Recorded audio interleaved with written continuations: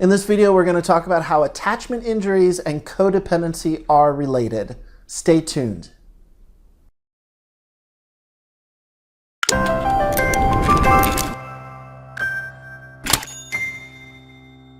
Welcome to The New Love Addiction. I'm Alan Robarge, a relationship coach and a psychotherapist, and I want to share with you some ideas about attachment injuries and how they play out in our adult relationships and show up as codependency. In many ways, we could say that a byproduct of attachment injuries is a codependent relating.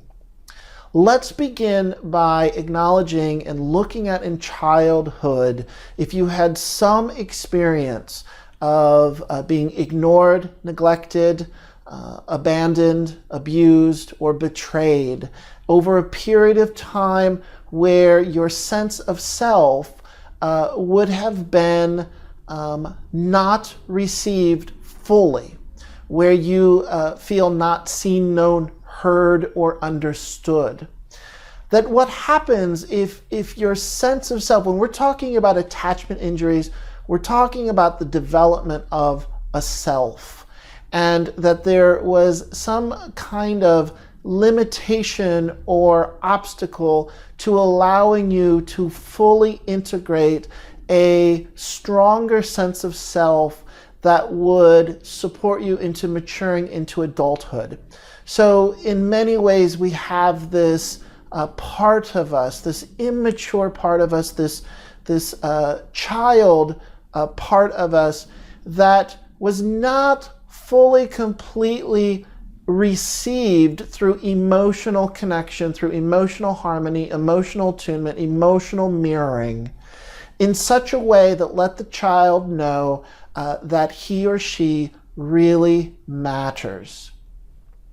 The parent would connect through presence and emotional attunement, which feels like a kind of an intimacy, a harmony of relating, where the parent is curious and inquisitive and invested in knowing the child's inner world experience. This goes beyond just what did you do for your day. This goes beyond what do you want for dinner tonight? Do you want spaghetti or do you want to have pizza?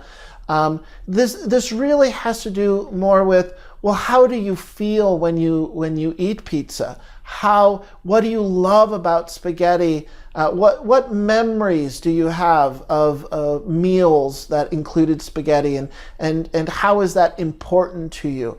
These type of broader questions that will begin to pull out your likes and dislikes, your dreams, your aspirations, to know what is your experience of this world and being in this world. And when this happens, when a parent is able to offer that level of an emotional engagement, what happens is the child is beginning to see reflected back to him or herself their self.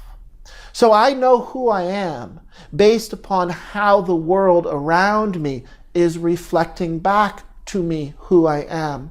And when I see a parent being curious, inquisitive, and emotionally invested in knowing me, that's going to mirror back in such a way that I'm going to internalize that, and I'm going to be able to invest and be curious and know who I am in the same way.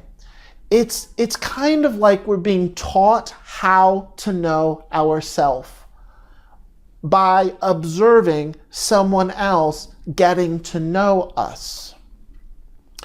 If this does not happen, we will have some limitation around an integrated sense of self. We might experience, it might show up as low self-esteem, confusion around our worth, not feeling good enough. And the opposite of what happens when we are received and there is an integration of my sense of self is being mirrored back, and I'm able to integrate the information that I'm receiving because it's going to feel the enjoyment, the positive experience of that will support that I matter. That my parent wants to know who I am. And that's going to bring a profound sense of security and trust and safety. And I'm going to feel like I belong in this world. And you could imagine the opposite. If it doesn't happen, I feel the opposite of belonging. I can feel a kind of absence, an emptiness, a longing, an embarrassment, a shame around, well, not only does my parent not want to know me, but I also don't fully know myself. And there's a shame and an embarrassment that comes with this. Either it's subconscious, you might not be fully aware of it. And if you are conscious of it, the shame experience is that there's something fundamentally wrong with me. That who I am as a person is fundamentally flawed. So if I have an attachment injury, if my sense of self is not being mirrored back in a way that is allowing me to developmentally integrate that sense of self, I am going to feel like I'm a nobody. Now, this is the part of what I'm sharing. This is the part of the conversation where we link to codependent relating, because we're talking about childhood, but I'm now going to transition and link it to adult relationships. If my attachment injury comes with the experience and the belief that I'm a nobody, I am going to project and transfer that childhood need onto my adult partner and onto my adult relationship, where it will be very important for me to be a somebody. So whether we're aware of it or not, subconsciously there's going to be a need to have a corrective experience that I'm hoping my current adult relationship will be able to undo or help me evolve and mature beyond this attachment injury. And the way that I will need to do that is to get mirroring, to get validation, to get affirmation from my partner, to get reassurance that it's okay to be me. If I was taught through the attachment injury that I'm a nobody, the stakes are very, very high, and I am going to want to find a partner or to try to create a situation where my adult partner will be able to mirror back to me that I am a somebody. Now, the premise of that, what I just shared, is somewhat logical. Of course we want to do that. Who wouldn't want to do that? To try to have a corrective experience in an adult loving relationship so that we mature and grow and evolve. Maybe that is possible. Maybe that could happen. I can't rule that out. But for the most part, it doesn't happen. The reason why it doesn't happen is because we're taking the old parent-child dynamic.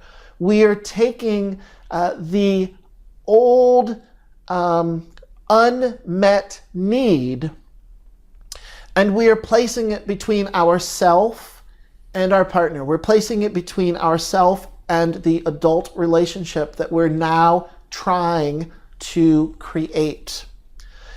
I'm hoping you can see why this is so problematic, because I'm no longer invested or present to the current adult relationship. I am now under the influence of transferring and projecting this old unmet childhood needs relationship onto my current adult partner. And that's a setup.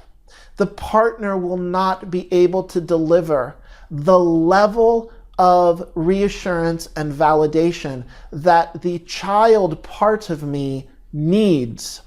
So the partner is going to feel set up. The partner is going to feel that no matter what he or she does, it's not good enough.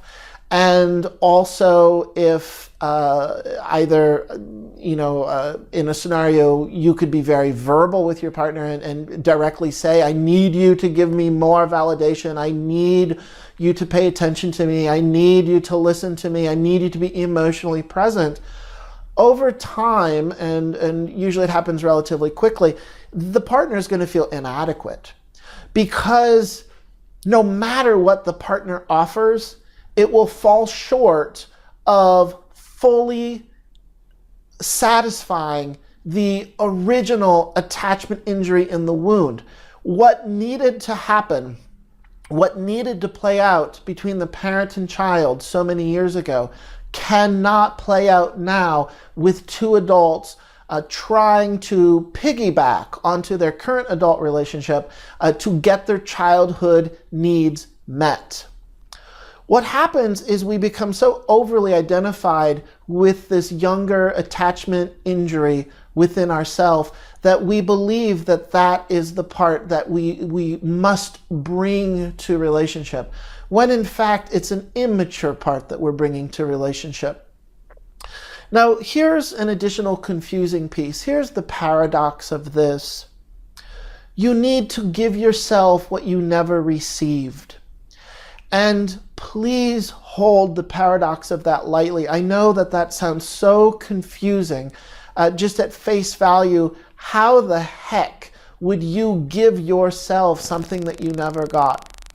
The reason why I'm offering that is that another person, the adult partner that you're with, is not going to be able to be a substitute parent giving you some corrective experience where you can integrate an attachment injury that ultimately was created in your family so many years ago with different people at a different time. That's not going to happen now. It is possible, it's highly probable that your healthy current adult relationship will definitely shore up and benefit the healing process. But for the sake of this video and for the sake of creating some clarity of where to focus, we must not look to our adult partner to be the corrective experience for this attachment injury. What we need to do is realize we missed the window of opportunity. I'm no longer of the age as a child where my parent will be able to make this better for me. And I'm also at a current adult age where I need to be able to make peace with how painful this whole experience has been. This is about grief work. This is about going internal, going inward, and finding that place, that part of us that still feels that I'm a nobody and that I don't matter, and that I'm not fully being valued for who I am as a person. I have to realize that when I tap into that belief system, I'm age 8, I'm age 10, I'm age 12. And we have integrated that point of view, those feelings, that belief so much that I over-identify it in a way that I believe that it's my current adult self. And it's not. It is the old wounded experience, the old wounded feeling that is playing out in my current self. I am not that self.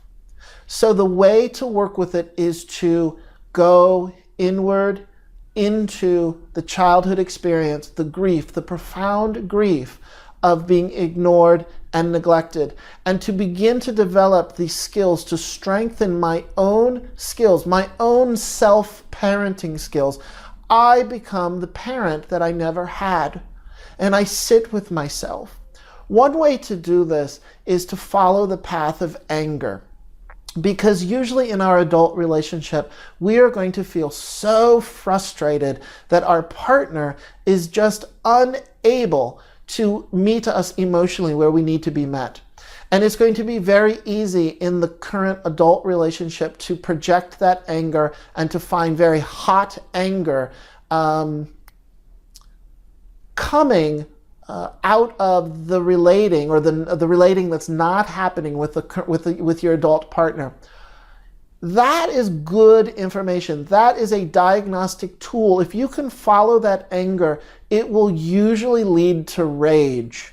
We have this young child part of ourselves that is so upset and so full of rage that he was not seen, that she was not seen. Our little self, our little precious self, whatever age that you connect to here, age 5, age 6, age 7, could be age 14, age 15, wherever it occurred, there's so much rage around trusting the vulnerability and the preciousness of your sense of self in the hands of the family and in the parents. And if for whatever reason, compassion to your parents for whatever obstacle they had in their life, doing the best that they could, nonetheless were unable to fully mirror back to the child's sense of self and the child's worth. If you can imagine how angering that is that you missed out on that opportunity, and if you can tap into the rage of how this has so profoundly impacted the adult relationships that you repeatedly create and most probably have failed and continue to fail and continue to experience a unsatisfied adult relating, it's because you're still living with an attachment injury. So what we need to do is follow the rage and follow the path of grief, and it will take us to the place of our unmet childhood needs.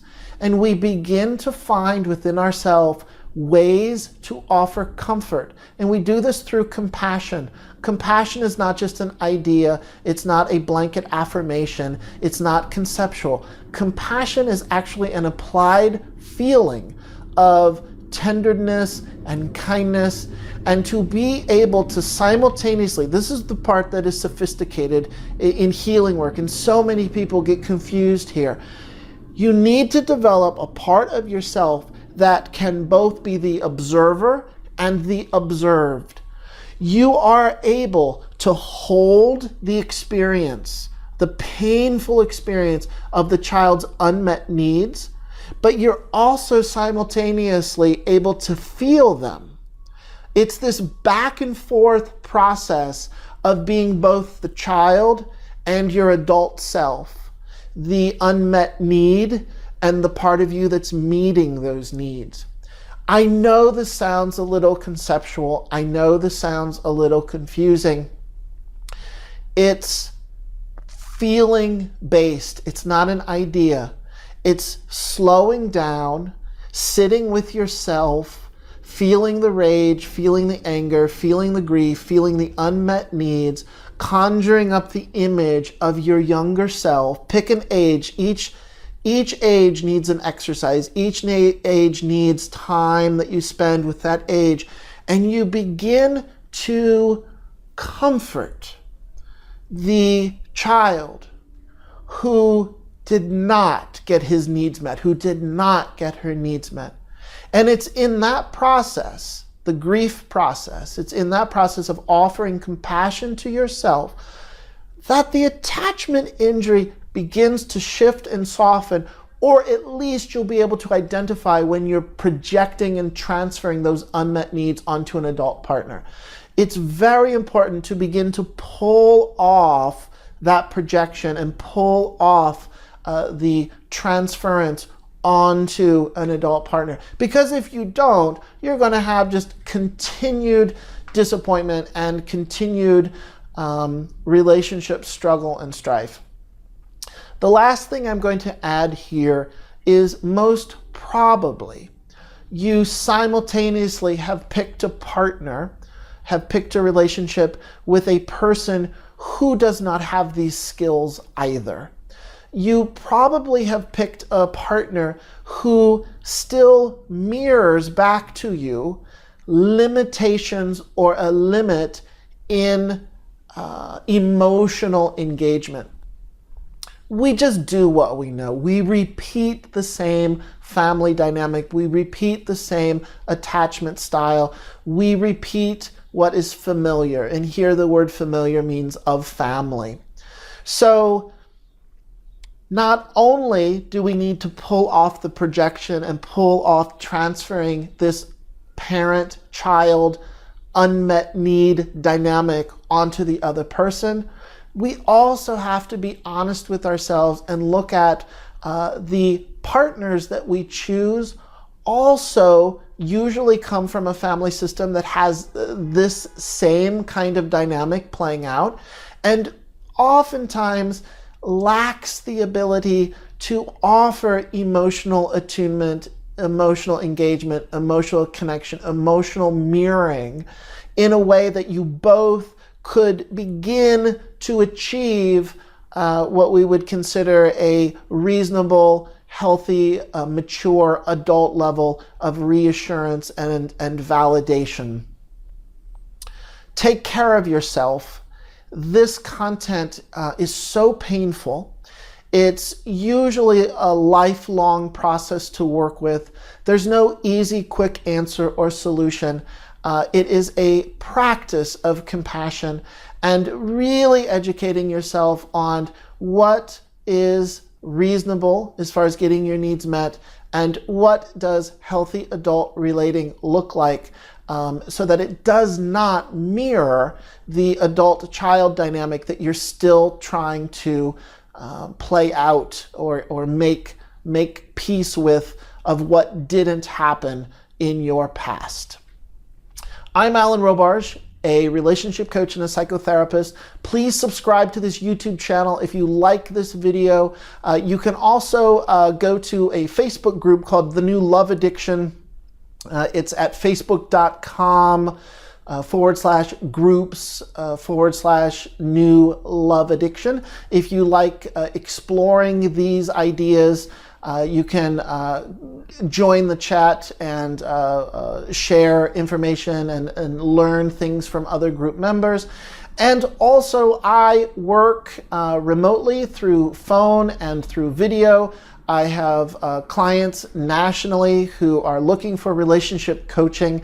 If that is you, you can learn more about me at alanrobarge.com. And thank you for watching. See you next time.